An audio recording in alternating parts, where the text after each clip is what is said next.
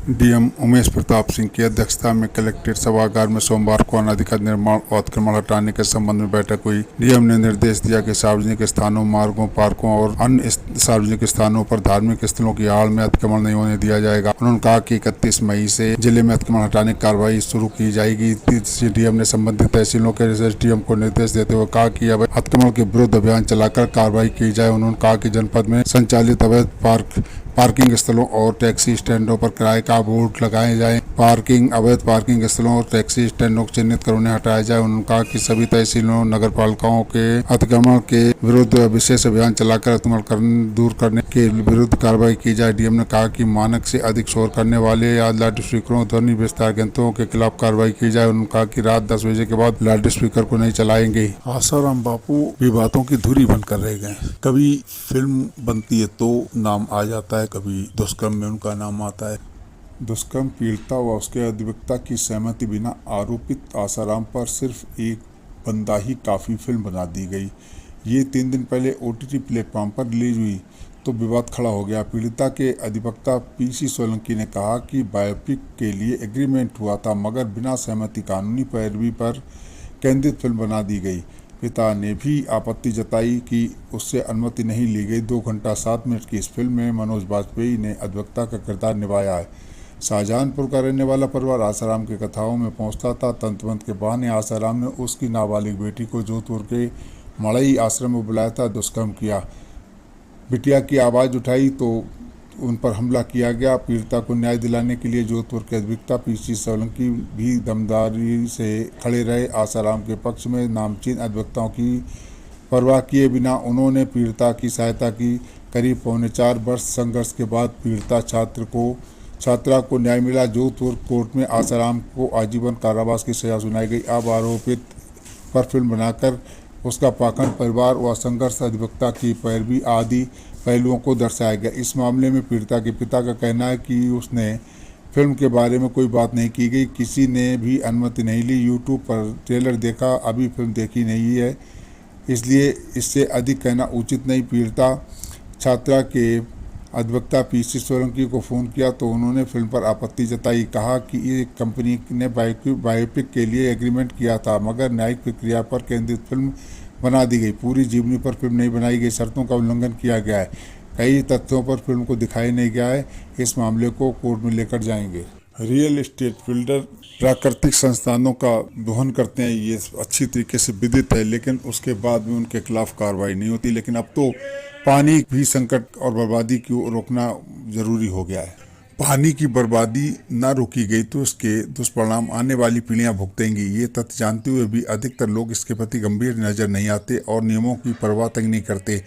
ऐसे लोगों के खिलाफ कड़े कदम उठाने चाहिए। इसलिए उत्तर प्रदेश प्रदूषण नियंत्रण बोर्ड ने ग्रेटर नोएडा के 38 बिल्डरों पर 76 करोड़ रुपए का जुर्माना लगाकर उचित ही कदम उठाया है। एनजीटी की ओर से गठित जिला स्तरीय कमेटी ने इन बिल्डरों की जांच की तो 42 प्रोजेक्ट पर बोरवेल मिले, जिनमें से 3 के पास ही भूजल के उपयोग करने की अनुमति थी। इन बिल्डरों का अपराध इसलिए बढ़ा है क्योंकि इन्होंने एनजीटी की ओर से लगाए गए जुर्माने को गंभीरता से नहीं लिया। एनजीटी ने बोरवेल बंद कराने के आदेश तो दिया ही था, प्रोजेक्ट की कुल कीमत का 5% जुर्माना भी लगा था, लेकिन इन बिल्डरों ने इसे अदा नहीं किया। अब उत्तर प्रदेश प्रदूषण नियंत्रण बोर्ड ने इन बिल्डरों पर जुर्माना लगाया तो ये जिम्मेदारी बनती है कि इसे वसूला भी जाए। सख्त कदम उठाने से ही नियमों का पालन का संदेश जाएगा।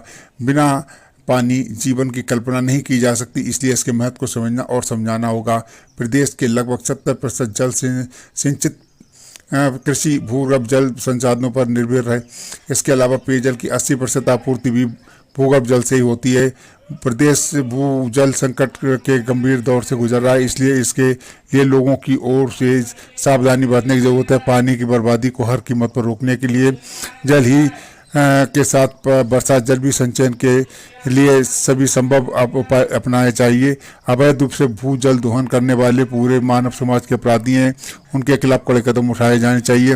नोएडा के बिल्डरों के खिलाफ बड़ा कदम उठाकर प्रदूषण नियंत्रण बोर्ड ने उदाहरण पेश किया है, लेकिन प्रदेश के अन्य शहरों में भी ऐसे बिल्डरों की बर्खास्त होनी चाहिए। ये जिला प्रशासन की जिम्मेदारी है कि ऐसे भवन निर्माताओं को चिन्हित करे और उसके खिलाफ कड़ी कार्रवाई सुनिश्चित करे। पीलीभीत के दिनेश कुमार कहते हैं कि नीति आयोग में बैठक में एक नहीं तो नहीं बल्कि 11 राज्यों के मुख्यमंत्री नदारद रहे। ये इन मुख्यमंत्रियों का अनुचित रवैया है। मोदी सरकार का विरोध करते करते इन मुख्यमंत्रियों ने अपने राज्य की जनता के हितों का भी अनदेखी कर दी है। बैठक में शामिल न होने का कारण भी स्पष्ट नहीं किया। अगर किन्हीं मुद्दों पर इन 11 राज्यों के मुख्यमंत्रियों का विरोध रहा है तो वे बैठक में जाकर अपनी बात रख सकते थे, अपने राज्यों के लिए नीति आयोग के समक्ष मांग उठा सकते थे, लेकिन ऐसा न करके उन्होंने आसान तरीका चुना। इस बैठक में प्रधानमंत्री नरेंद्र मोदी ने पुरानी पेंशन का समर्थन करने के मुद्दे पर राज्यों को नसीहत दी। अच्छा होता कि वे राज्यकर्मियों की इस मांग के बाबत राज्यों को नसीहत देते समय सांसदों विधायकों की पेंशन में भी कटौती किए जाने का प्रस्ताव रखते, लेकिन उन्होंने शायद इसे ज़रूरी नहीं समझा, क्योंकि कोई नेता सिर्फ एक बार कुछ समय के लिए सांसद या विधायक बनने के बाद आजीवन पेंशन का हकदार बन सकता है, तो राज्यकर्मियों की पुरानी पेंशन देना आर्थिक बोझ क्यों? नीति आयोग की बैठक में पुरानी पेंशन नीति को लागू करने का समर्थन करने वाले राज्य अगर इस बैठक में इसे ऐसे गंभीर मुद्दे को उठाते तो शायद वो जनता उनका समर्थन करती, लेकिन किसी भी ऐसी बैठक का विरोध जहां पर आप अपना आवाज़ को बुलंद कर सकते हैं, वहां ना जाकर आप सीधे तौर पर जनता का अपमान ही कर रहे हैं। आपको जनता के प्रतिनिधि के रूप में शामिल होना चाहिए था। आजम खां फिर एक बार लाइमलाइट में आए सीओ से भिड़ गए।